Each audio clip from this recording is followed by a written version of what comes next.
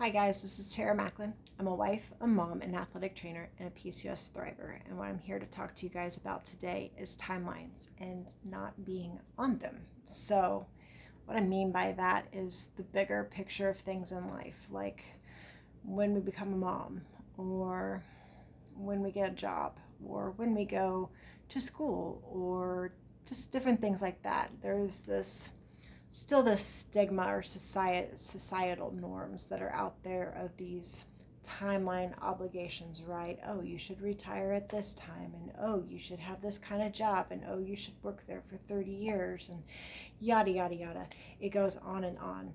Well, this is a very particularly sensitive subject in amongst women with PCOS, but it applies to so many people.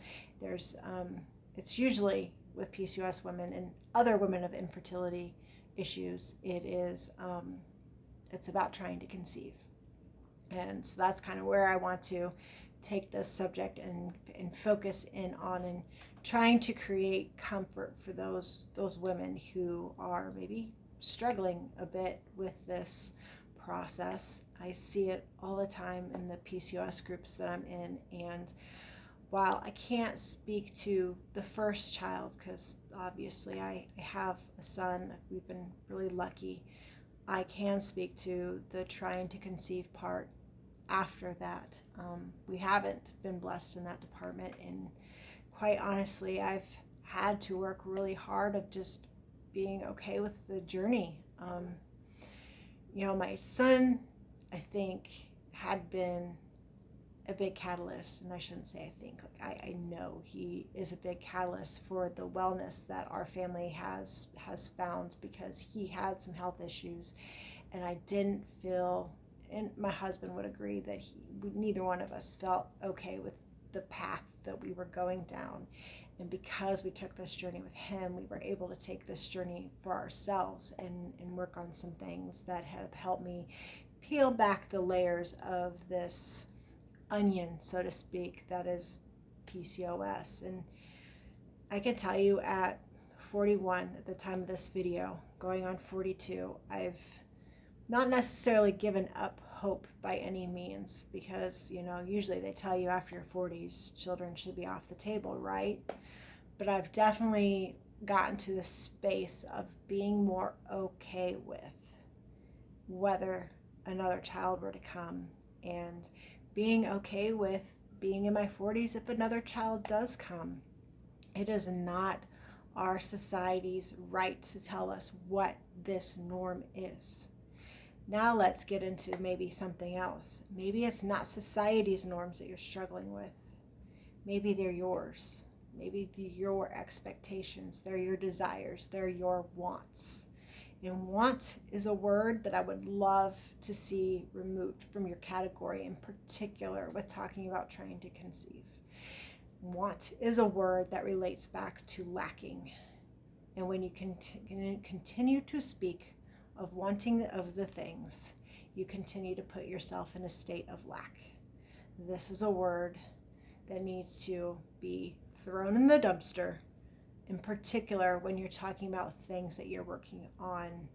I don't want to make pregnancy sound like an achievement, but that's, for a lack of a better word, when you're trying to achieve. If that's your end goal, is to have that baby in your arms, then we're talking about achieving pregnancy and conceiving, right? So that is one suggestion, is dump that word. Another thing to talk about is, again, don't worry about the timeline. And I know this is easy coming from a woman who has a son already. I don't feel that desperation of wanting to have that first child of my very own. I've been blessed in that setting, and my husband and I did some hard work things that weren't necessarily about trying to conceive at the time. We were working on something, a different goal, and it just happened to work out that way, that those things also helped us conceive. But we have tried to conceive since, and it's not worked out, and it's been frustrating. Especially, can I not even begin to tell you how many times that people are like, are you going to have another child? When's the next baby going to come? I guess we're not going to have any more grandchildren, are we? So those are always fun, delightful things to be around that we've had to work with people to let them know that that is something that bothers us. It's not like we're not trying, and just because we choose to maybe go different routes than you feel they are, when I say you, they are comfortable with, then that they feel that we should be doing. We've had to sit them down and say, that doesn't feel good for us. It wasn't like that the first time. We would like to go this other route. Please remove the pressure, because stress. So here's my another point of timelines, is putting this undue stress on ourselves is not helpful to achieving our desire, our end goal.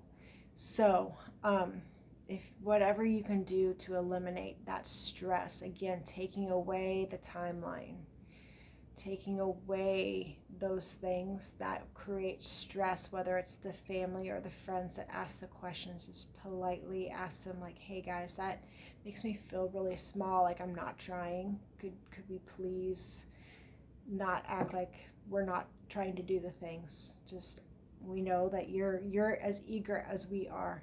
It'll happen when it can happen, and find comfort in that, in asking people to do those things for you. And it'll help eliminate another area of stress. But then we're also very capable of putting that same stress on ourselves, right? So again, eliminating that timeline for yourself and eliminating that want for yourself is another key piece when dealing with timelines and dealing with these. Well, and you don't even have to be talking about, again, trying to conceive, like I gave examples at the beginning. We could be talking about plenty of other things. But if we get rid of this expectation that it has to happen in this way, in this shape, in this form, and this is what it looks like, be okay with the journey. All right, I tried this little piece of this step. It didn't work. What's the next step? But I feel better, and I'm noticing these things. I'm noticing these improvements. What's the next layer of the onion I need to peel back? And just keep tearing at that onion until you've reached the goal in the center. So there are definitely many different ways that you can work on stress. One is going to be your mindset about the whole process, and it's not easy. Again, I could tell you, as an older mom, it's not easy to be in a place and convince myself that it's okay to be in my 40s and have another child. And it's okay to be in my 40s and know that I've only had one child. And it's okay to be in my 40s and taking my son to first grade. I've actually had someone say that they've dreaded turning 40 and taking their child to kindergarten to my face. I don't think they realized how old I was.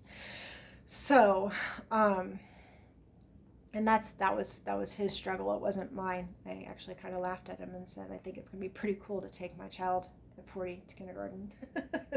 So, anyways, the point is get rid of the expectations. Try to not have those pressures on yourself. It'll come when it comes. Try the things. If you want to try the conventional route, give the conventional route its time and its due diligence to work. And maybe that's not for you. So then you start looking at some natural things, whether it's changing food, changing products, again, working on mindset and de-stressing, because stress is a big factor in all things health related, including trying to conceive, reducing stress by whatever means are going to work for you. And there's a lot of those means out there. For me, it was personal development, reading books to get better, journaling. I've had to embrace meditation, which is extremely difficult for me. You could look into yoga. Actually spend I just need time of just peace and quiet. Different things to help reduce stress. There's also other tools that I've used as well. So, deep breaths, breathing techniques, and being okay with the journey that you're on and embracing it and just peeling back the layers and learning something new all the time. It really should be, unfortunately, at the end of the day, it's about a learning process. That's what we're here to do, is to learn and to grow as beings and to put out something else out there better for others, which is what I'm hoping I'm doing for you guys today. So if you found this video helpful and not as babbly as what I perceive it to be, then go ahead and click subscribe and let me, and so that way you're alerted whenever there's a new video, so we can keep getting you this content that's hopefully helpful to you. Also, go through the description for the video. There's some groups and some different ways for us to connect, and so that way we can help create a supportive environment for you if you're in need of that. In particular for PCOS women, there's a group in there just for you ladies. And then also just stay tuned. If you guys have comments, questions, things that you would like to discuss, leave them in the comments below, so that way I can help serve you guys in a better way, because that's what I'm here to do. And again, remember, timelines, toss them out the window, toss out the expectations, have a goal, have a plan in mind, and don't have expectations of the process other than, all right, this step didn't work, what's the next step? And just keep working on it, because the only way you're going to get to the end goal is by keep working the steps up to the end goal. Timeline is irrelevant. So with that said, I hope you guys have a great day, and I look forward to talking to you all soon. Bye.